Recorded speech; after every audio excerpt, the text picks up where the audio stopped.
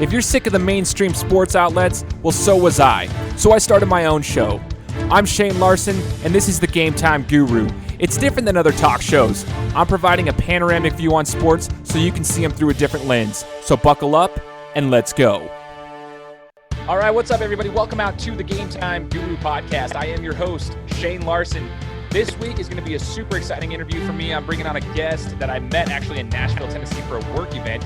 But before we get started, I got to remind everybody that if you have not done so already, make sure to follow me on my social media platforms, Instagram, Twitter, Facebook. Those are where I pretty much live right now on social media, but I have opened up TikTok if you guys want to follow me there, at the Game Time Guru. Go follow me there. Also, if you guys want an Audible free trial, go check out some of the books. You guys know I mentioned, Tyson Fury's new book that came out, Behind the Mask. Go to audibletrial.com/thegametimeguru. Get a 30-day free trial to have an audiobook and listen to it. So if you want to check out his new book, you can listen to that. Sign up for a free trial through my link that I'll put here in the description. Guys, like I said, I am super stoked to bring on our guest this week. When I first started the show a little over 3 years ago, my idea was to show people that sports are not just a bunch of dumb jocks. Like, athletes are not dumb jocks. Sports are not just for dumb jocks. I hated that whole stereotype. I hated that whole feel. People would look down upon people who love sports because they thought that it didn't do anything for you. Like, it's just sports. But in reality, my whole idea was to bring athletes and former athletes and analysts and anybody who's in the sports world onto the show to share their stories, to show you what they have learned through their sports journey. Today's no different. I'm bringing on Dre Baldwin from DreAllDay.com. He's a former professional basketball player, and now he's utilizing what he learned in his basketball journey into his business that he's running, and he's very successful at it. So, Dre, thanks so much for joining the show. Absolutely, Shane. Thank you for having me here. I'm excited. Yeah, man, it's super awesome. And like I said, guys, I met Dre in Nashville, Tennessee, a random connection. We were doing an event for work. I work for ClickFunnels full time. Dre happened to be at the event. We connected there. And then, 3-4 weeks later, now here we are, super, super stoked. As soon as I heard, that Dre had played ball and he was telling me about his story, I was like, oh, this is the ideal guest for my show. So, Dre, let's back it up real quick before we get into your the full story of like the professional side of things. I want to rewind things back to your high school days, because as I was doing a little bit of research, correct me if I'm wrong, but it didn't seem like you were like, quote unquote, the star athlete or anything of your high school. Is that correct? Can you tell us a little bit more about your high school days playing basketball? Absolutely. I was whatever the opposite is of a star, I was that. So I started playing basketball. I didn't really start playing until I was age 14. I was always into sports. Where I'm from is Philadelphia, Pennsylvania. So I was always into sports. So we played kickball, touch football in the driveway, maybe some basketball in somebody's backyard goal. We would lower the hoop so we could dunk on it. Things like that, street football. And then I went into some football, then baseball. And it wasn't until around age 14 I started playing basketball seriously. And at that point, a lot of kids were already ahead of me, especially any kid who's thinking about playing college or professional basketball. You've been playing since you were 5 years old. So I was way behind the 8 ball from anyone else, and just for the goal that I had or ended up having. So I didn't make my high school varsity basketball team until I was a senior. And coming from where I came from at that time, we didn't even have junior varsity basketball. And there was no freshman team. So you either made the varsity or you didn't play. So I didn't play for 3 years straight. The 1 year that I made the high school team, I sat on the bench. I averaged 2 points a game as a senior in high school. So at that point, age 18, graduating college, somebody would have looked at me and said, hey, kid, you're going to be great at something in life, but it's probably not going to be basketball. And that would have been completely reasonable and logical. But I was reasonable and logical, as they say, we wouldn't be having this conversation. That's the short version. 100%, man. So that's super inspiring just to hear that, because now we're going to get into your, the rest of your journey, but I do want to elaborate a little bit on that whole experience. So, man, it's crazy that you said that. And I talk to a lot of people around here where I live. There's a lot of athletes that, they play in high school. See, for me, I was a younger kid from my class. And so when I played, I made varsity my senior year, but we played sophomore, JV, and then varsity going up. So I didn't not play for the whole time. I just didn't get to varsity till my senior year. But even then, I was young. I graduated when I was 17, and I was a young 17. I was 16 for a couple of days my senior year. I always make jokes about that. Hey, I was a 16-year-old senior for a minute, for a couple of days. I was young, and I really didn't bloom. The difference between me when I was 18, 19 years old compared to when I was 17 playing varsity basketball was completely different. But I didn't bloom. And so I see a lot of these these young kids that are playing, they might be sitting the bench and they pretty much think that, it's kind of like what you just said. The reasonable, logical thing is like, okay, let's move on. Let's go to college. Let's get our degree. Let's move on to the next step in life. Put your priorities where you need to have them. But if they believe they can play and they have the actual skill set to play, which I think a lot of kids do, they just might be in a bad situation. I always encourage them to still at least try. So for you, maybe this could be a message to them. When I get to that point, I'm like, well, I don't even know how to, like, what other advice to give them to play, because I don't even know the next steps. If you don't play and you don't have the film on you, how did you, Dre, get into that next level to decide to play at the next level, which would be collegiate basketball? All right, so graduating from high school, I knew I was going to go to college, even just on an academic level. I wanted to go to college for a couple of reasons. Number one, I didn't know exactly what I wanted to do with my life. I mean, by age 16, I knew I wanted to play professional basketball, but I also had the foresight to understand that, number one, basketball doesn't last forever, even if I was the greatest player in history. And number two, because of my resume up to that point or lack thereof, I also had a belief that it was reasonable to expect that maybe my basketball career may not happen, or it may not happen so smoothly. So I needed to know what else I wanted to do with my life. So I wanted to go to school for that reason. And number two, being from where I'm from, Philadelphia, PA, I'm from a lower middle class background. I had never really been out of the city of Philadelphia. So I wanted to get out of the city and explore and see other areas of the world. So I wanted to go as far away from home as I could, at least for 4 years, to go to college. Now, I didn't get that far away. I ended up going to Penn State, Altoona, from Philadelphia, which is like 4 hours away. That was far enough. That was pretty much as far as I had been to that point in my life. So before I even got to Altoona, though, my parents came to me. Actually, let me back up in the story. Okay. During my senior year of high school, I went to a school in North Philadelphia, 99% black. And the guidance counselor, us seniors, we would always hang out in the guidance counselor's office, probably during lunch hours and things like that, because we were all applying to colleges. And I went to what is known as a magnet school. I'm sure they had those everywhere in Philadelphia. So I had, based against all the other students in Philadelphia and the country, I had a pretty high GPA. Even though I was an average student at the magnet school, I was like a higher level student against all the students, if that makes sense. Right. So I knew I was going to college. I had all these college acceptances. I got accepted to like 14 colleges, because you know how they would send you the fee waiver because you have good grades. So I just applied to all of them, and I got into like all these schools. But I had no reason to go to any one of them. None of them was offering me any money, academic or athletic. So I'm just trying to find a school. So one day, a recruiter from Morehouse College, which is a HBCU in Atlanta, Georgia, came to visit our school because they recruit young black men. Morehouse is an all-men's college. So Martin Luther King, Spike Lee, these are people who went to Morehouse. And he offered me a 50% scholarship, academic scholarship, just based on my, the SAT? Yeah, the SAT score and my GPA in high school. So my parents were really excited. The counselor was excited. My classmates were congratulating me. I'm like, man, yeah, I'm going to go to Morehouse. And I found out Morehouse was a D2 in basketball. I was like, all right, I could try out, make the team at Morehouse, walk on. And about a week before college graduation, and I've told everybody I'm going to Morehouse, my parents come to me and they say, well, look, son, we've been running the numbers on this. And even with 50% of your tuition paid for, the other 50% is so high because you're an out-of-state student. For those who know, when you're out of state in college, is more money. We would be in debt for the rest of our lives trying to pay off those loans. So you can't go to Morehouse because you don't have any money. So I ended up not going to Morehouse. I got accepted to Penn State, which is in-state Philadelphia. And I went to a branch campus of Penn State called Penn State Abington, which is 20 minutes outside of Philadelphia. And Penn State Abington is what's known as a commuter campus, meaning they have no dorms, no housing. So you live at home, the same home you've been living in, and go to school. So basically, I was in 13th grade my freshman year of college. That's the way that it felt. But I did walk on to the basketball team. And now I'm finally answering your question. So I'm sorry, Shane. For everybody who's listening, this is what I do. I give context before I answer. No. I love this. I appreciate you giving context. So thank you. All right, great. So Penn State Abington, they at that time, right now, Penn State Abington is a D3 school. If you look it up, NCAA D3. But at the time, they weren't even Division III. They were, I think, what was known as Provisional Division III. So they were trying to get to D3. But then you had to be in this provisional period for like 5 years before you get in, something like that. And the way Abington was set up at the time was you could only play sports for 2 years if you went to the school.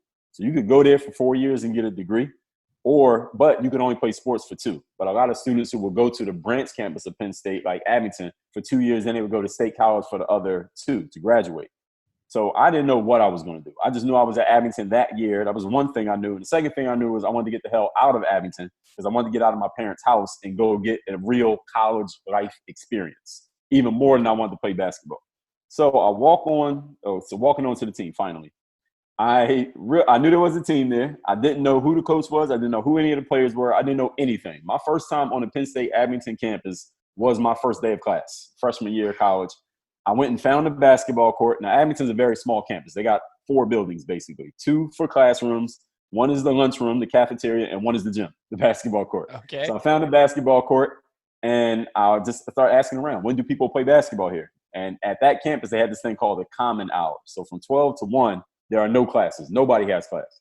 Wow. So people will hang out in the gym and play pickup, right? So I figured, all right, 12 o'clock, common hour. I'm going to bring my shoes. I'm going to come in here, and whoever shows up, we'll just see what's what. I had no idea who was who, nothing. I knew nothing. Nobody knew me. I just showed up there and started playing pickup basketball, and within about a week, word got around like, hey, this freshman kid, he can actually play. He's going to be on the basketball team. So some of the guys from the team, they eventually would trickle in. And of course, word spreads through the grapevine. And Abington's a small campus, so word got around pretty quick. And black guys walking around a Penn State campus, we can't hide. So it was pretty easy to spot me walking around there. So by the time basketball tryouts came around, the coach knew who I was. He had seen me playing a little bit in pickup. He had a pretty good idea that I could play. So it was a foregone conclusion I was going to make the team. So that's how I walked on to my freshman year team at Penn State Abington. I was later recruited to a different school, but we'll get to that. Wow. No, this is the thing. Again, I'm going to say thank you for the context behind all of that because we need to know the story. I think it's super important for athletes to hear right now. Like, it wasn't just a simple journey for you. I mean, when I tell kids that, they can still play at the next level, it doesn't mean that, like, hey, that's why I always get stuck when I say, how are you going to do it? How are you going to get to the next level? I don't know, but like, you still can play. And so for me, like, listening to the story that you have regarding that, it shows that it wasn't just a simple process. Like, you send out something to your coach and they were like, oh yeah, come try. No, you actually kind of had to put your foot forward and actually test it and, put your foot in the water a little bit and get your name out there. And then, people started talking, and then all of a sudden, opportunities come about, but you did take advantage of the opportunities when they presented themselves. So you're here at this small school, and you played for 2 years, you said, or was it only for 1? Let's talk about that a little bit, because you got recruited to another school where you were able to leave and kind of get out of, further away from your hometown, like you said. But how did those first 2, or how was your first, experience with the collegiate basketball levels, coming from someone who played, off the bench in high school, your senior year, averaging 2 points a game, to playing at the collegiate level, even though it was like a smaller tier collegiate school? What was the experience like trying to get to that next level and actually playing there? Well, my freshman year, there was only 2 things that I knew walking onto that campus my freshman year was that I'm going to find a basketball court and just play. And that's how I ended up making the team. So I only played at Abington for 1 year because this is what happened. So I get on the team and I became a starter probably within 5 games. And I became a starter basically off of talent, Shane. I became a starter off of talent. The campus wasn't that big. So it's not like we were teaming with all these blue chip recruits. These are guys who had played in high school. Some of them even played 4 years of high school ball, but none of these guys was any star type of basketball players. If they were, frankly, we wouldn't be at Penn State Abington. So I became a starter because I was probably the most talented guy on the team, but I was not the best performer on the team for 2 reasons. Number one, I didn't have enough game experience. I did not know what to do in a game because I just started playing at 14. I had played in some local leagues in my neighborhood where I'm from, Mount Airy in Philadelphia. I sat on the bench my 1 year of high school ball, so I didn't have any real seasoning of actually playing in games that mattered on a basketball court. I played a ton of pickup basketball and 1-on-1, 3-on-3 on the asphalt, but I didn't have a lot of experience, what we used to call under the whistle, meaning when there are referees, scoreboards, and coaches. I didn't have that experience. So I didn't know what to do on the court, even though I had talent. So I was up and down, haphazard as far as my performance. And the other side of it was I did not understand at all the mental game side of the game, specifically showing up and working hard every day in practice. That was one of my biggest challenges in college.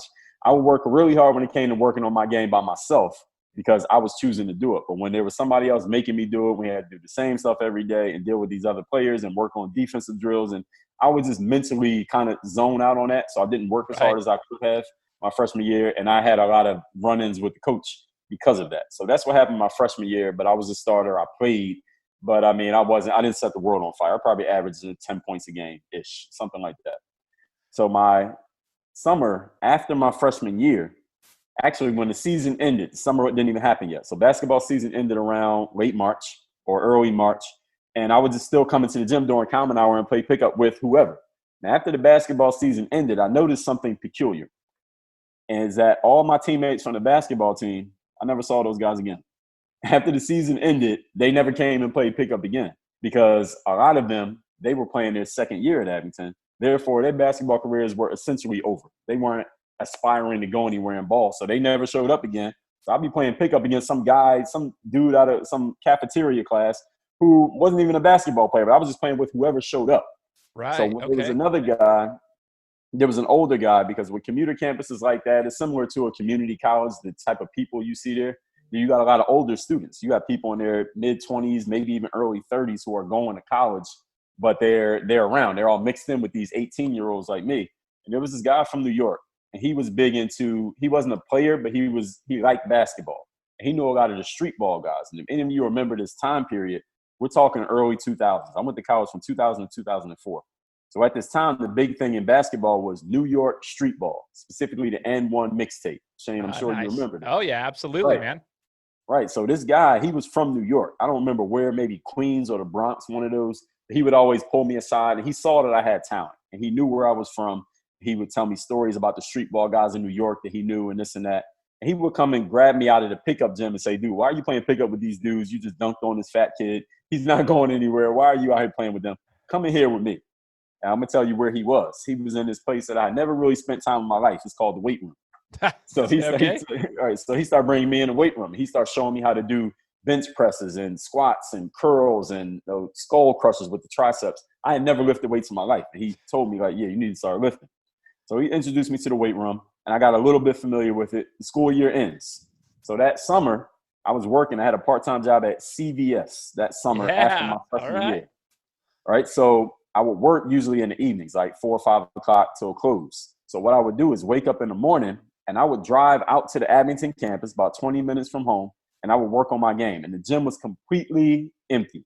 Nobody came in there. None of my teammates. I never seen anybody. I had the weight room to myself, the cardio room, and the basketball court all to myself all day, all that summer of, this is 2001.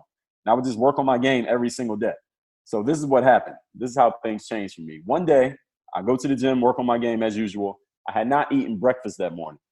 So I left I parked my car next to the gym, but I walked across campus to one of those other 4 buildings, the cafeteria. I'm going to the cafeteria to get something to eat. I'm walking out of the cafeteria. This dude just approaches me. Don't know this guy. He approaches me. He says, hey, man, what position you play? And I'm looking at this dude crazy. Like, I know I don't know this guy. As I said, it's a small campus. I know all the black people. This guy's black. He's tall. I know I don't know him. He's walking up to me, asking me what position I play. And mind you, Shane, I'm from Philadelphia. Like, where I'm from, you don't walk up to people you don't know and start talking. Like, we don't do that. We don't even say hi to people we don't know. So he starts talking to me, and I'm looking at him crazy. And I'm like, how you know I even play? He's like, man, I'm just asking. So we start a conversation. I tell him I play ball, whatever. He pulls out his business card. He starts talking about, what do you major in? He's asking me stuff about academics, and I still know who this guy is. But I'm looking at his business card. Now, he has 2 jobs on his business card. He has his name and his phone number, his email. I don't know who this is, so I don't care about that. But he had 2 jobs. One of them was that he was the head of recruiting for a college, and he had a second job was that he was the head men's basketball coach. So this guy was actually the head coach at Penn State Altoona, which was NCAA Division III. Another branch campus of Penn State, but at that time, it was a higher level than the campus I was at. Right. And this guy was recruiting me on the spot. Now, what's crazy about this is he had no idea who I was. He didn't know my name. He had never saw me play. He had never saw footage of me. Nobody tipped him off that he could find me there. He was on campus doing a different job, but he told me years later, he said, when I saw you walk by, he said, Dre, I know a basketball player when I see one. And you looked like the kind of player that I knew I needed for my roster the upcoming season. That's why I approached you. So he approached me blindly, not even knowing if I could play or not, and recruited me to Penn State Altoona. That's how I got recruited to Altoona. And the reason I always tell younger players, especially coming up, the reason that happened, that happenstance lucky break, was because I was coming up to campus every day on my own volition to work on my game. That's how I got recruited to Penn State at Altoona. And I finished my collegiate career at Altoona. That, just hearing you talk about that is like, I'm trying to visualize it myself since obviously I was not there. I'm thinking to myself, like, how in the hell, like, that's so crazy how that all worked. And I love that you said that, it's because you were doing that yourself. Like, you were putting in the work every single day and things happen. Like, believe what you want about, any type of like superior being, but like sometimes I feel like someone's upstairs playing chess and they're putting people in the right positions for you in your life if you're doing the work that you're supposed to be doing. To me, when you're saying that, it's like, yes, you were doing the work that you needed to do. Then all of a sudden, checkmate, got the right position at the right time. And all of a sudden you have this additional opportunity to go play ball at the other school that you were just talking about in Altoona. Super, super cool. And when you were talking about the and one experience, just for anybody listening, I didn't know that story yet. Like, I don't know that. I'm learning this along with everybody else that's listening to the show. So when you're talking about the and one guy, like, I actually brought on an and one, an old school and one baller. His name's Jay Brantley, but he was from the West Coast, and he was on my show talking about his experience with the and one mixtape tour. But like that, it brings me back to my childhood, man. Like, so weird because I was younger, watching all that stuff. So hearing like you talk about that over there, and like, just the experiences you had is super, super cool. Now you go over to Altoona, you're playing over there. It's a D3 school. Yeah. Talk about the experience you had. What was it like? So you played for this coach, I'm assuming. What was your relationship with this coach like for the remaining part of your collegiate career? Well, that sophomore year, I had the same problem that I had my freshman year because I had not addressed that problem and nobody had helped me address it, which was I did not yet have the discipline to work within the framework of a team, practicing hard every day, doing what the coach says. Not like I would disobey the coach, but I just didn't work hard and bring the right type of energy and focus every single day to practice, which basically led me to not earning the right type of playing time. So I didn't play as much as I should have played my sophomore year, even though I was once again probably the most talented player on the team, but I was not the best performer on the team because of that. And our team was actually terrible that year. We went like 2-25, something like that. That's tough. The coach who recruited me loses his job after my sophomore year. Now, those of you who don't know college sports understand that being on that college sports team, especially a sport with a small number of players like basketball, a big part of it is your connection to that coach. So if that coach recruited you, you're going to have a spot and y'all will work out whatever you need to work out. Now, if a new coach comes in, he's not the guy who recruited you, your position is in jeopardy. We get a new coach summer after my sophomore year. He used to play in the NBA. His name is Armin Gilliam. Now, he actually passed away about 10 years ago, but he had played 10 years in the NBA, a well-known name from people who are hardcore basketball fans from the 90s at least. Gilliam comes in. I remember the day that I met him because I stayed on campus my sophomore year at Altoona, and I took classes. So the day that he got hired in the middle of the summer, it was like July, I go over to meet him at his press conference. And I remember shaking his hand and him looking me in my face and me looking at him, and the guy was just looking right through me. It was like I wasn't even standing there. And I took that message to mean, this unspoken message to mean, like, dude, you're probably not going to be on my team next year. So you better start figuring out some contingency plans. So in my mind, I'm like, oh, man, I'm basically a walk-on all over again. So I wasn't leaving Altoona because I had no prospects to transfer. So I spent the rest of that summer with a renewed vigor working on my game. I knew I had to earn my spot all over again as a junior. Long story short, I did earn my spot. I made the basketball team.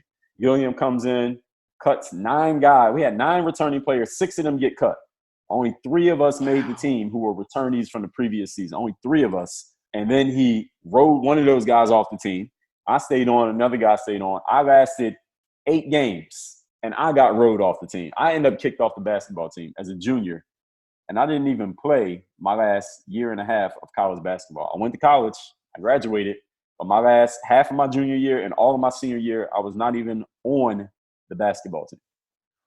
Wow. Okay, that took a turn from what I was expecting. I'm not going to lie. It almost sounds like a scene out of Coach Carter, if we're being 100% honest. Holy cow. Okay, so let's go from there then. So before we move on to the next step in your career with basketball, what would you say at that time, Dre? Like, if we're going back to the junior in college, Dre Baldwin, what were you thinking and what was your mindset like at that time? Were you frustrated with the coach? What were the emotions that you were going through when you were basically off the team, you weren't playing anymore? And did you think you were ever going to play basketball again?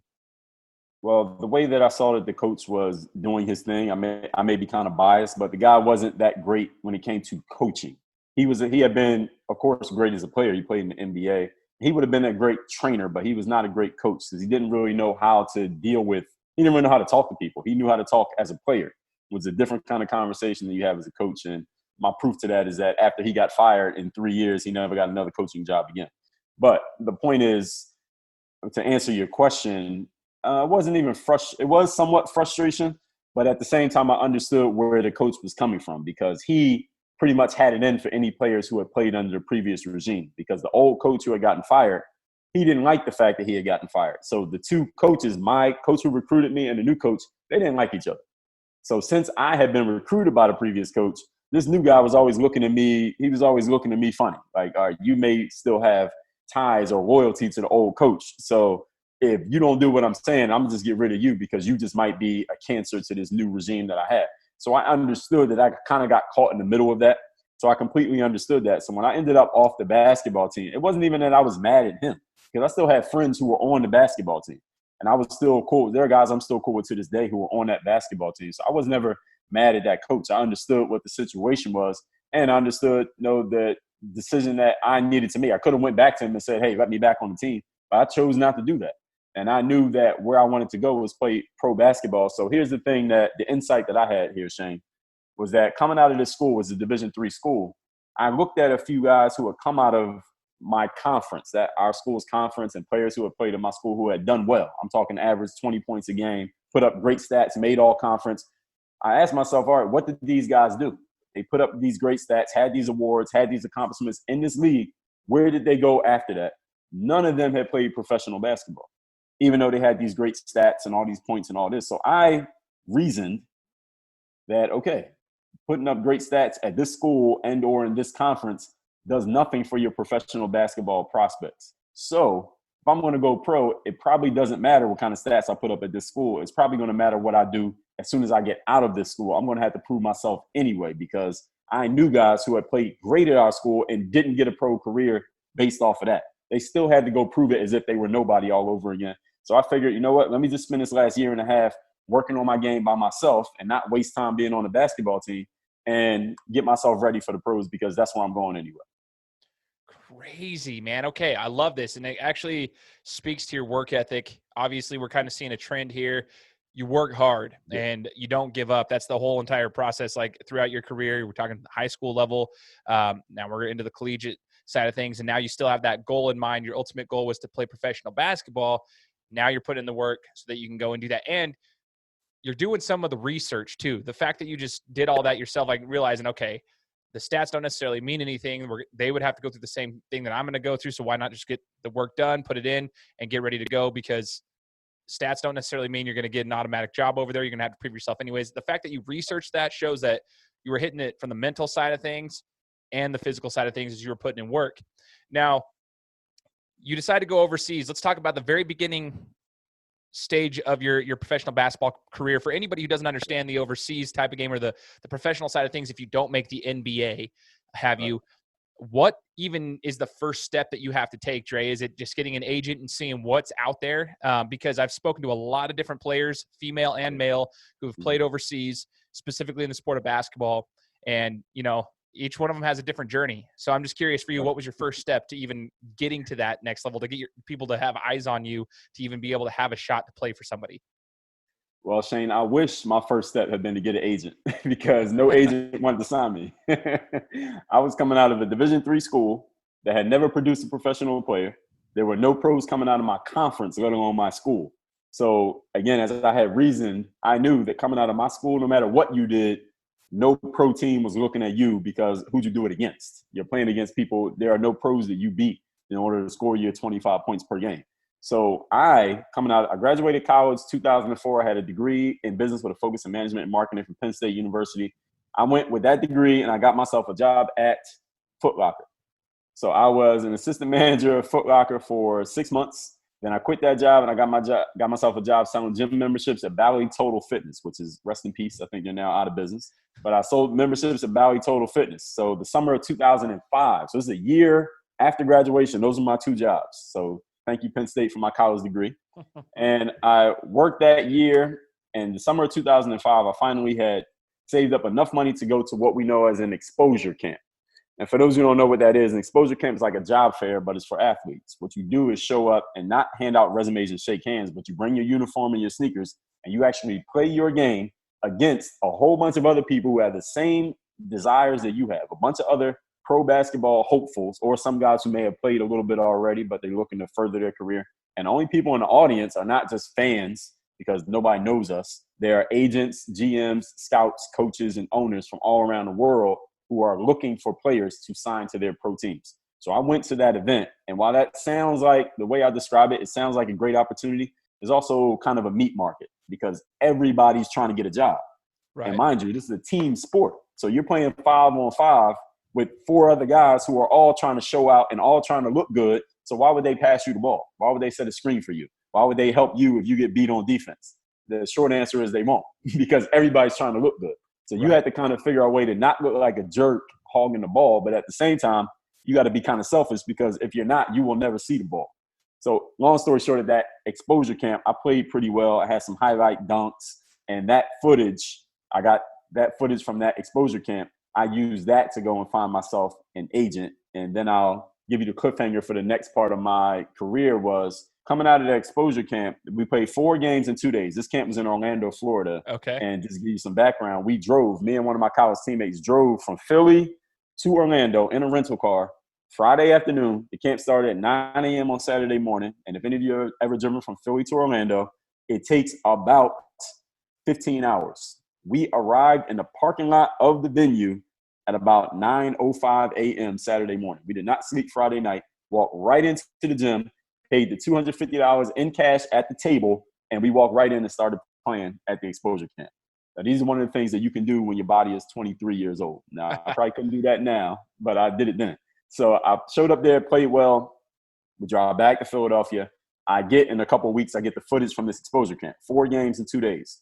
Now, some of you who may not be old enough, but Shane, I'm sure you remember, this footage was not a YouTube link. It was not a DVD. It was a VHS tape. Right.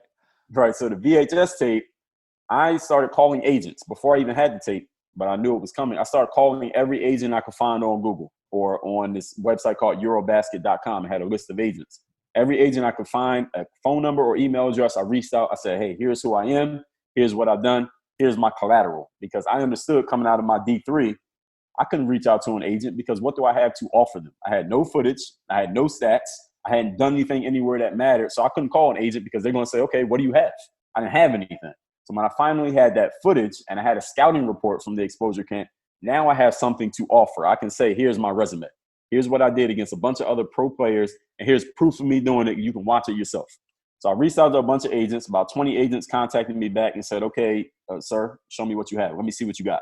So I went and made copies of this VHS tape. Mind you, young people listening to this is not sending a link to 20 different email addresses. This is going to Eckerd, the drugstore, buying 10 blank VHS tapes. I had a double-decker VCR, and I would make copies of my own footage and physically mail them in a bubble mailer at the USPS with my own money and ship those out all around the world to all these agents who asked for my tape.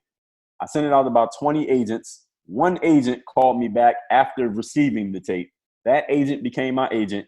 He got me signed to my first contract. I was in Kaunas, Lithuania. And I'm going to give you one more piece of cliffhanger here. Since that footage was on a VHS tape, Shane, I knew that I probably wouldn't hold on to a VHS tape forever. I knew by the time I was 83 instead of 23, something might happen to that footage. And that was like my golden ticket into my career. And I knew that if I wanted to show my great grandkids that I used to be good at basketball, I had to have some proof. So I wanted to hold on to that VHS tape. So I took it to an audio-visual store. They put it on a data CD. I put the CD in my parents' HP Pavilion desktop computer. I put that footage on this brand new website that had just came out that allowed you to put up video for free. It was called YouTube.com. So that's how I started 2 careers at the same time in the summer of 2005. Dude, that is so awesome. Have you ever thought about making a movie out of this entire story, by the way? Well, I've written a book, so maybe we could get it translated into a movie. Okay, so this is what I'm saying. Like, this is such a cool story to hear the the whole background. Some people might have thought like, hey, when we started this interview, okay, he played in high school, went to college, went to pro. Okay, now Right. cool. No, there's a lot that went into your whole entire process of getting over there. That is insane, man. That's super cool, Dre. And so then you got that. You wanted to keep the footage somewhere, so you got it onto YouTube, which we will talk about in just a minute. Your YouTube channel, which is freaking awesome. I was taking a look at some of the stuff, even from videos from 8 years ago. Crazy amounts of views. Obviously, you got a lot of knowledge to share with people, and we'll kind of get into that in a minute. So now, first off, the exposure camp. For anyone listening, I've heard of these before. You hear about them every once in a while, but they're not like a very well-known thing amongst a lot of athletes. It's depending on the region that you're in. You got to kind of have connections to hear about these exposure camps. I'm not even sure how often they do those anymore. I know they do them for a lot of the G League teams. They'll have like random camps in the region that people will get to, but you have to kind of be in the know and network with people around in the sport that you're playing. I think that's crazy. I mean, the whole fact that you drove there and played, like you said, I've heard similar stories from those who have gone to those. As far as like, how do you even play when everybody's trying to, every man for themselves, and you've got to find a way to make yourself look good. So right. It's crazy to hear from someone who's actually been there. Now, Dre, we get into, you're in Lithuania. Some people that look at, overseas basketball, I should say, they always think it's like the most lucrative career, super simple, because some people do have a pretty decent career. They'll make it in the 50s, 60s, 70,000s a year. It's not taxed. There's benefits to it.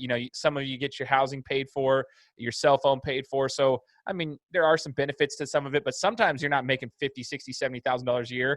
Obviously, not everyone's making what Jimmer Fredette was making and Stephon Marbury when he went over to China. Like not everyone's making a $3 million contract. Even Diana Taurasi and them who went overseas, they were making millions for the women's game too. Like not everybody does that. Sometimes people pay to go. I've heard that there's tricky contract situations and stuff like that. Not to mention you have the cultural differences that you have to learn how to live overseas. So let's talk about this. I mean, you were used to, you lived away from home, 4 hours away from home, going to college. Talk about your first year playing overseas, what it was like, what the transition was like. You don't necessarily have to tell us about money, how much you were making or anything like that, but just kind of explain the whole process of now you're playing the professional level. Was it what you expected? Was the competition what you expected? And how did you kind of fit in with the professional team that you were on in Lithuania? Sure. Well, first, let me touch on that exposure camp thing that you mentioned. The thing with the exposure camps is, like you said, it is kind of like a shadow industry in that there's no governing body for overseas basketball. Unlike with the NBA, you have the Players Association. They don't have that for overseas players. So with exposure camps, you can find them if you just go around on Google and look at camps. That's kind of how I found mine. The thing is, you have no idea if it's going to be any good or not. You have no idea who's running it. You don't know who else is going to show up, the other players that you're playing against. Because the thing about the exposure camp is similar to what I said at my D3 school, is not only matters what you do, but it matters who did you do it against. Right. Are you playing well against people who can play? Or are you playing against people who can't? And also, you want to make sure you don't go too deep in the water playing against people who are so much better than you that you don't do anything. So it's kind of a fine balance that you have to find. So with the exposure camps, it is kind of a shadow industry, and you do got to get a little bit lucky, and we'll probably get into this, but I invested over the course of my career, I invested over $10,000 in going to exposure camps. Now, not to say I didn't make any of that back, but I invested at least $10,000 in cash between camp fees, hotels, food, travel, flights, etc. But anyway, to answer your question, getting into Lithuania, I was, first of all, very excited because I've been telling everybody that I knew that this is the thing that I want to do. I'm not going to work at Foot Locker for the rest of my life. I'm not going to sell gym memberships. I am going to play professional basketball. So when I got that footage from that exposure camp, I was excited because I could show people, hey, I told y'all I could play. Look at this. I knew the people who I went to school with who watched me sit in the bleachers my last year and a half, knowing that I had talent. I said, okay, I told you I was going to do something in basketball, and I didn't do it in college. I didn't get a chance to finish it in college. Look at this. Now look what I'm about to do. So when I signed that contract, it was like vindication. It was like all this stuff that I've been through, this worked out. And this was only 5 years removed from sitting on the bench during my last high school basketball game. So in 5 years, I went from sitting at the end of the bench to being a professional basketball player. So I was really excited about that. And as far as what it's like getting on a court overseas, I mean, even the first practice is that they just throw you out there. They throw you to the wolves. And you got to understand that professional basketball teams overseas do not care about your backstory or what you've been through or when you were sitting on the bench or any of that stuff. All they care about is, listen, we're paying you, so either you can play or you can't. And if you can't play, they will get rid of you immediately. And when I say immediately, I mean you might not make it to the first game to show what you can do if you don't show what you can do in the first practice. They will fire you after a practice. And I know players to whom that has happened. They got fired after a practice, didn't even make it to a game.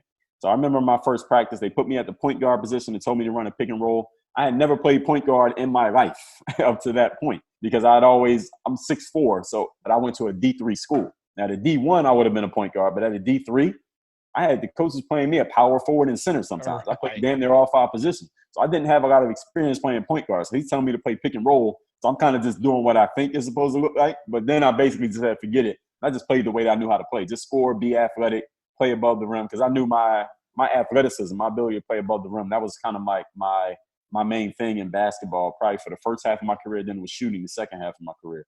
So really it was just about getting out there and just going and showing why they signed me. And it was really the athleticism that got me to stand out. It's the same thing actually that worked for me at that exposure camp. I got a couple of dunks and everybody knew who I was because of those dunks.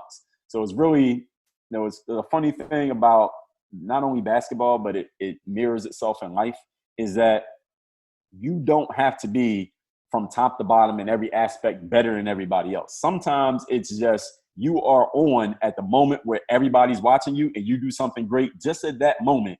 And that one moment will pay for the rest of your career just because you did something right there. I mean, I remember playing in Mexico a year after that, and I might score 2 points in the game, but my 2 points was a highlight dunk. And at the end of the game, I'm signing more autographs than the guy who had 30, but his 30 was a very efficient, boring 30. But I had that 2 points in the dunk, and everybody knew me off of that. And sometimes in life, that's just the way it works, that you're just on at that moment when everybody's watching, and people remember that about you. And that one moment can help get you your next job and your next job and your next job. So at that exposure camp, again, I had about 3 or 4 dunks. My highlight video started with, guess what? Those 3 or 4 dunks, because those are the things that people are going to remember. It wasn't that I played so great all of every game, and those games are really sloppy, but it was just the fact that I had those moments that let people remember you, and that helped me get my next gig. That's such good information too. It's just something like, again, you can apply it to real life, like you just said. Super interesting. So you mentioned you put that onto YouTube, that exposure camp video. Is it still on there?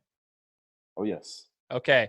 We need to check that out. So I'll be checking it after this interview. And for anybody listening, make sure to check that out too. I'm going to link it to you in the description when we post this. So you mentioned one thing that just came to mind while you were talking, Dre, is that you said, okay, Lithuania, and then the next year in Mexico. And what came to mind was the contract situation playing professional basketball outside of the National Basketball Association. So overseas, if you will. Typically they're 1-2 year contracts, and they're not as stable. That's one thing that people don't realize is, like, basketball overseas, while it's another opportunity to play, when you're not playing, if you want to play professional basketball, it is an opportunity to get there, but it's not, the stability is something that causes a lot of athletes a lot of anxiety because it's not as stable. I mean, like you said, you could be cut after one practice, for crying out loud. But typically the contract's about a year, 2 years max, typically speaking, for the average athlete. How many countries did you play in, and how many teams would you say you played in during your entire professional career, which lasted how long again? Was it 9 years? 9 years, 8 countries, and I think that would be 8 teams if I counted up. But as far as the contract situation, like you said, I don't know who you've talked to. You probably talked to players who came from a higher level pedigree than what I came from. A 1 or 2 year contract would be generous. Your contracts are pretty much 1 day, because if you have a bad day at practice, or you play against another team that has 1 American and your team has 1 American and that guy kicks your butt, you might not be on the team for the next game. So it really is that volatile. So when I tell people it's 1 day, it is literally 1 day. Every single day you have to continue to earn your job. So I'll tell you everywhere I was at. I went from Lithuania I played for a traveling team called the Harlem Ambassadors in the United States. We traveled all around the country in a 15-passenger van, believe it or not, taking turns driving the van. Then from there was Mexico. Then I didn't have a job for a year. Then I went to Montenegro. Then I didn't have a job for half a year. Then I went to Germany. Then I didn't have a job for another half a year or so. Then I was in Croatia. Then another year without a job. Then I was in Slovakia. Then in between there was a short stint in London. and that was it. That was Holy it. cow. Dude, that's a lot of like change in a Yeah. relatively short amount of time. How did you handle that? Did that cause additional stress on you, Dre, or was that kind of just what you were accustomed to at that point? Like not knowing what the next step was going to be and kind of like having to wait it out. Like what was that like for you from a mental standpoint and emotional standpoint? It was actually fun. I liked traveling the world and seeing all these different places because I knew that, listen, I've never been on a family vacation. And when I was a kid, I never went on a vacation. So the only times I've been out of the country, every stamp on my passport is because of my ability to play basketball and my ability to, hustle and create opportunities for myself. And I knew that, this is back when Facebook was, before Facebook became a sort of a became kind of a cesspool in some Right. places nowadays.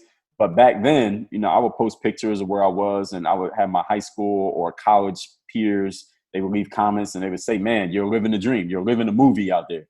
Even though sometimes I might be frustrated with my coach or I've had a bad practice or we lost the game, I always had to remind myself, like, yo, you're living a life that 99% of people will never live. And you're seeing places that most people will never go. Most people where I'm from never leave the city, let alone the state or the country. So I love the fact that I got to travel around and go to all these different places and get all these different experiences. I was never homesick. I was at home for 19 years. So it's still to this, I'm 38 now. So it's been exactly 19 years since, so I'm not sick yet. So I love traveling the world, seeing different places and, getting to have those experiences, whether it had been basketball or anything else. So it didn't bother me to go through all those changes. I actually really enjoyed it. I was excited every time I got to go to a new place. That's so freaking cool. Like that's one thing I wanted to make sure that anyone who's listening, if you're, a listener of my show from the very beginning, or if you're relatively new to listening to my show, just understand that like sports, I say this all the time, they provide different opportunities and experiences for you that you can utilize in your real life. But this is just another example of that. Like for Dre, that's something for him that he didn't get to experience in his life growing up. I mean, he obviously, probably has a lot of stories that you could say were great when you're growing up, living, families, everything in your hometown. You probably love everybody, but like you wanted to have additional experiences outside of that. And basketball provided you with that opportunity. That's what sports can do for you if you leverage that. Like that's not, people just think it's just a game. Well, whatever you think about that, that's great. But I'm telling you, it provides these additional opportunities. And if you take advantage of them like you did, obviously you get to see all the things that it opened up for you. You got to experience so much and travel the world, like you said. So it's freaking awesome. A lot of us don't get to do that. And it's just something that, basketball and hard work, of course, taking advantage of those opportunities when they presented themselves, taking advantage of the moments they presented, themselves to you. Like that's what happened. Now, I want to know, you played in all those countries, you had your experiences there. What caused you, when did you know that it was about time to call it good for basketball and kind of take that next step in your career? Because you kind of already you mentioned you had already started a second career, like you had your YouTube channel. We'll talk about that right now too. But like, when did you decide that basketball as a player was kind of done for you and you wanted to focus in on like your business side of life? That was in 2015. So to kind of close the gap between 2005 and 2015, as I explained when I was talking about the places I played, I had several years where I was not able to procure a contract, where nobody would sign me. So during those years, I would, train people here and there. I would post the videos on YouTube sporadically. And around between 2008 and 2010 is when I really started thinking about, had to think seriously and have some real conversations with myself, because I'm getting into my mid and then late 20s. And I'm saying to myself, I got to start living like an adult, because if this next contract doesn't come, next one doesn't come, I can't be 35 still saying, well, I'm waiting for a contract. I need to get some power, some control over my own life.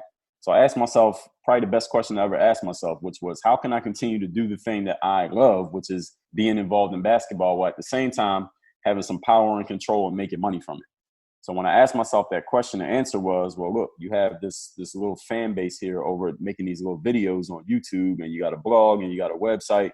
Why don't you just invest more into that? You control that. You decide when you get to work and when you don't, as opposed to a pro basketball team deciding when to hire you or not.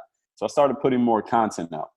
And around 2010, a lot of people had started asking me a lot of questions about helping them with basketball. Dre, can you give me some tips, some advice? Can you make a program for me? Can you evaluate my workout and tell me how good I am or what I need to work on?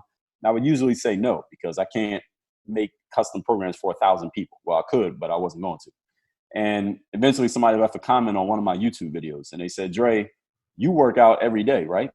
So why don't you just write down what you do and then put it out so everybody else can just do the same thing you do? We can just work out like you. And I said, you know what? That's a pretty good idea. Now, at this time, I just finished reading this book called The 4-Hour Workweek by Tim Ferriss. Right. And Tim he was obviously an entrepreneur, very business-minded guy, and I've been reading his blog as well. So I said, yeah, I can put that out, but you all going to have to pay for it because I'm putting value out to you. You got to give value back. I said, would you be willing to pay for it? Mind you, this is in the YouTube comment section. This is back when you could have civilized conversation in the YouTube comment section. Right. Right. So I say that, and people said, yeah, we'll pay for it as long as it doesn't cost too much. And mind you, I'm talking to 13 to 18-year-old kids. They don't have a lot of money. So I went and made the first program. It was just a simple ball handling program. And actually, let me back up. Since I was reading Tim Ferriss, he put this concept out there. I don't remember if it was in his book or on his blog, but he said very simply, go and get a free hosting platform. And this is a site called Weebly.com, which I believe still exists. So on Weebly, you just get a free hosting platform. You're going to go one-page website. This is what Tim said to do. Tell everybody what the name of your product is. Tell them what they're going to get in the product. And then tell them the price of the product. Then say, put a button there that says, if you want to buy this product for X number of dollars, click this button. And when they click the button, it goes to the second page. And on the second page, it says, hey, where this product is under construction. We're making it right now. But if you want it, put your email address in. And when it's ready, we'll email you. And Tim said, then go on Google Ads, put in $5 in Google Ads. This is back when you could put $5 in Google Ads and actually get a result. So I put $5 in Google Ads and send traffic to that webpage based on your keyword, whatever you're talking about. If you get people putting email addresses in on that second page, meaning they saw your product, they saw your ad, clicked on your ad, went to your site, saw the product, saw the price, and they want it, they put an email address in, that means you have a viable product and you should probably go make it. That's what I did. I went and did that. I got a couple email addresses. I said, I'm going to make this product. I just wrote down my basketball dribbling workout, put it on a PDF document, put up this brand new website called hoophandbook.com, right there on Weebly, one-page HTML website, and I am not a designer. And I started selling that program. I put a YouTube video out and said, hey, introducing hoophandbook.com. People started buying that program. And I said, oh, my God. I just took an idea from absolute zero, put it on the internet, and people gave me money for it. I said, this right here is going to be bigger than anything I do in basketball. The main reason being, I had 100% control of it. I created it from absolute nothing, and nobody could tell me when I could or couldn't do it, unlike in pro basketball. I knew at that point that my entrepreneurial career was going to be bigger than my basketball career. So that seed was planted in 2010. I kept playing pro ball for 5 more years. To finally answer your question, Shane, 2015, I was starting to get bored with working out, and that was the first time I'd ever felt that way. And I remember at this time I was living in South Beach, Miami, and I decided to take a week off. I said, for this next week, I'm not going to work out. Now, I'm used to working out 2-3 times a day, on the court, weight room, conditioning. I said, I'm not going to work out at all. All I'm going to do is I'm going to go in the park in South Beach. I'm going to do yoga in the morning. That's all I'm going to do. I'm going to spend the rest of the day just working and doing other things just to see how I feel. And if I thought I would get stir crazy, like, man, I got to go to the gym, and I go bursting through the doors of the gym because I just needed it. But I went through that week and I didn't need it. Mentally, I felt all right with not being in the gym. That's the first time in my life I'd ever felt like that. And that's the point where I said to myself, all right, it's time for me to walk away, because I did not want to be the player who slowly declines in the game or they start cheating the game. I heard LeBron James say that once. You're cheating the game when you stop giving your full dedication to it, but you're still collecting the check. I didn't want to do that anymore. So that's in 2015. That's actually when I stopped playing basketball, because I just wasn't excited about working on my game anymore as I had been for the previous, going back to age 14, the previous 20 years. You know what? That takes a lot of it's like self-reflection, and it takes a lot of dedication, and ownership is the word that I'm trying to find there too. Just realizing, like, okay, could I play? Probably. But if I don't put in the work, what's the point? And I really like that you use, what LeBron James had said too, like, don't cheat the game. A lot of guys do that. You see a lot of guys do that because obviously money talks at some point, like you're still getting a check out of it. But if you're not putting all your effort into it anymore and your passion's not there, and you can start to see that there's opportunities outside of it, and that's really smart that you made that decision to, okay, it's provided me these opportunities. That's amazing. Now I'm going to utilize what I've been able to learn and leverage, and I'm going to move that over and go all in with my next step in my career. So super cool story about the program too, like kind of following Ferriss's book, like Tim Ferriss's advice there, and implementing it. Something that you just, like when I'm talking to you, Dre, something that sticks out to me is the fact that you implemented the feedback. Like so many people will read books or they'll listen to motivational speeches and they'll do this and that, or look at this or that. And they never implement anything. Like they just don't implement it. They just, oh, it's a hoorah moment, but then they don't implement it. Like, oh, you go do this. Like, I could do all this. I could put a YouTube video out there. I could do this, but they never do it. You did it, and then you started to see what could come of it, and I think that's really awesome, and I respect the hell out of that, or the hell out of you for doing that, I should say.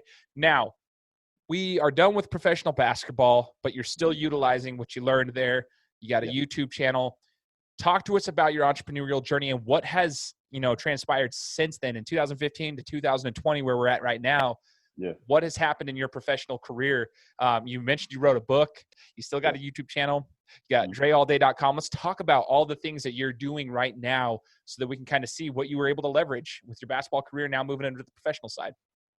Sure. Well, if I go back again, another layer to the story was around that same time, 2009, 2010.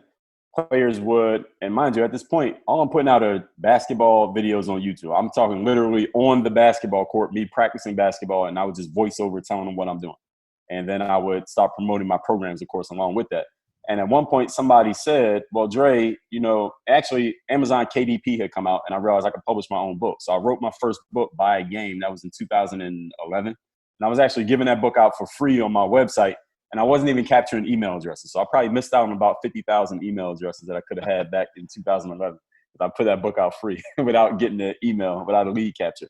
But anyway, then what happened was around that 2009, 2010 period, people started asking me, because I started telling my story in videos here and there. I'll do a commentary video and tell people, hey, I didn't play on my high school team until I was a senior, and I walked on in college. Now I'm playing overseas, but right now I'm unemployed. So that's why you see me in this empty gym every day. So players would start asking me because a lot of them related to my story. Something that I tell basketball people all the time is that for every one LeBron James, there are a million Dre Baldwins when it comes to at least high school level. So there are a lot more players who can relate to me than can relate to LeBron or Kobe or Michael Jordan. So a lot of these players will relate to me and say, Dre, well, look, I didn't make my high school team either. I didn't play high school at all, Dre, but I'm trying to walk on in college. Or I barely played in college like you, Dre, but I'm trying to play overseas. How do I do it? So there are a lot of players who will come to me with these stories. A lot of them don't make it. Few of them do, but a lot of them don't. But when they saw me, they saw hope. So players would ask me, Dre, well, what keeps you showing up to the gym every day to work on your game when you don't even know if or when you're going to get another job? Or Dre, I see you practicing all the time and I do the same thing. But when I get in the games, I lose my confidence. I get nervous and I get performance anxiety. How can you be confident in the game the same way you're confident in an empty gym? Or they would say, Dre, I got cut from a high school team like you, but I feel like quitting. You kept going. What kept you going? Or they would say, well, Dre, you got on overseas despite playing at the D3 and not playing your senior year. How'd you get your foot in the door? So these questions led to me creating the framework for what I do now, which is this whole philosophy called working your game. Discipline, showing up every day, doing the work. Confidence, put yourself out there boldly and authentically. Mental toughness, to continue showing up, doing the work, even when the success has not occurred. And personal initiative to make things happen instead of waiting for things to happen. So that framework, that foundation for that was laid about 10 years ago, 2009, 2010. So by 2015, or another thing, 2010, I started putting out these videos called the Weekly Motivation. Every Monday, I would just talk to the camera like I'm talking to you. This is the first time I would just talk to the camera on a regular basis. So I did Weekly Motivation. I would just take some mindset idea that I would just think up right there on the spot, turn on the camera and talk about it for 3 to 5 minutes every Monday. I did the Weekly Motivation for about 400 weeks in a row.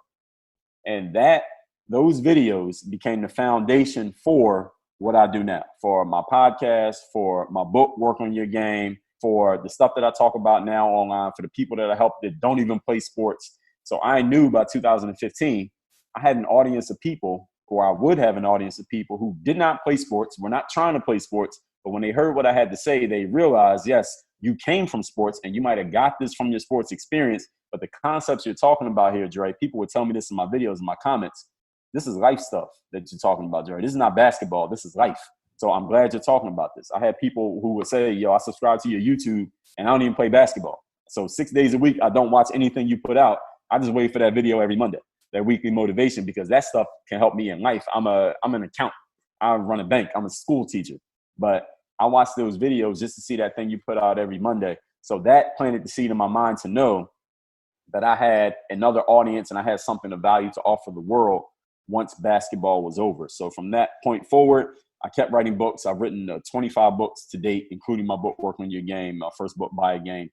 I have done 4 TED Talks. I do professional speaking, coaching, consulting, of course, digital products, selling stuff online.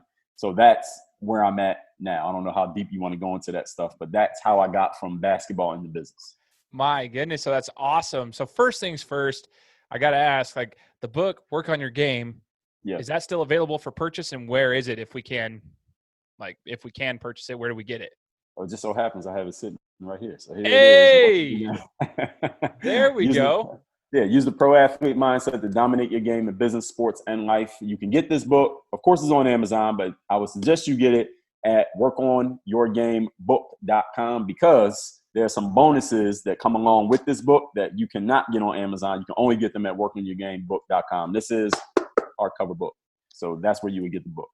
All right. So workonyourgamebook.com. Yes. Okay. I'm going to put that in the description as well here, because I'm going to have to read that. I am so stoked that I got to talk to you today, Dre, because you're talking about all this stuff. I'm currently I'm not a huge reader unless it's a sports something, right? If it's an athlete talking, it's not a biography, or if it's a business book written by someone in the sports world where I can find the comparisons, the parallels between the two.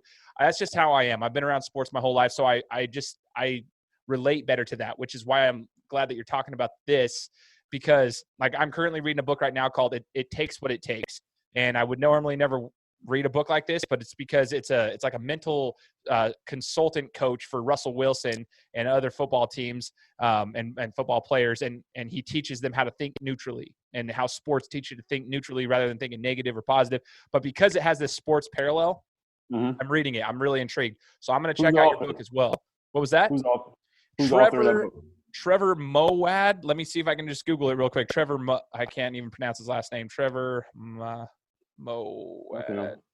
It Takes What It Takes. It Takes What It Takes. I'm going to look that book up. I never heard of him. Yeah, it's I was actually a member of my team here at ClickFunnels. Yeah, let's see. Trevor Mowad, Moawad. He's the guy that Russell Wilson works with, and it kind of teaches you that next play mentality. Okay, you threw 4 interceptions. Okay, that is what it is. Realizing the past, moving on to the next thing, which is what you can control this very moment. Don't think too positively. Don't think too negatively. Just try to think neutral. But his whole point of the book is, you don't have to be an athlete to benefit from it. You can be in business, anything, life, relationships. So the fact of the matter is you're doing kind of the same concept. You're utilizing your sports backgrounds, and you're seeing that people can benefit from this. They don't have to be sports fans. So I'm going to get your book, and I hope everybody else does too.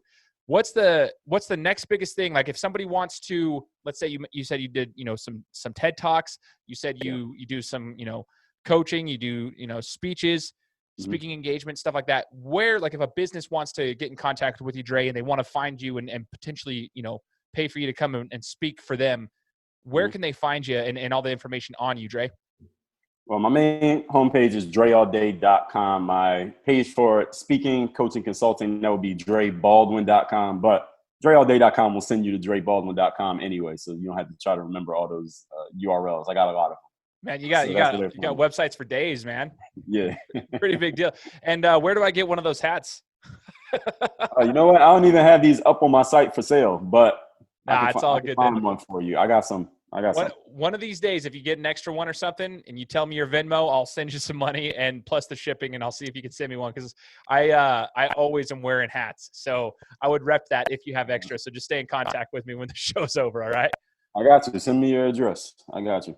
Well, I appreciate you, brother. So, Dre, I just want to say thank you for joining the show today and sharing your experience with us, and hopefully the listeners here that got to see this or listening to it wherever you're at, whether it's on Facebook, YouTube, or if you're on Apple Podcasts or any podcast platform that you're listening on. I hope you guys thoroughly enjoy Dre's story and that you learned something from it. Hard work, dedication, taking advantage of the moments when they've been provided to you, and then you can utilize what you learned through the sports world into your business journey. So, Dre, one more time, man, I just want to say thank you so much for joining the Game Time Guru podcast. Absolutely. Thank you for having me on, Shane. I hope I was able to provide some value to your audience, man. I hope to hear from everybody who's been listening. Absolutely, man. And if you guys are listening right now, leave a comment. If it's on Facebook, Instagram, or if it's on YouTube, make sure to leave a comment on what you learned, and make sure to go get Dre's book, Work on Your Game. Talk to you guys next time. Guys, thanks so much for listening to another episode of my show. Now, if you could go and do me a favor, head over to iTunes, give me 5 stars, and leave me a review. It would be greatly appreciated. Thanks, guys. Appreciate your support.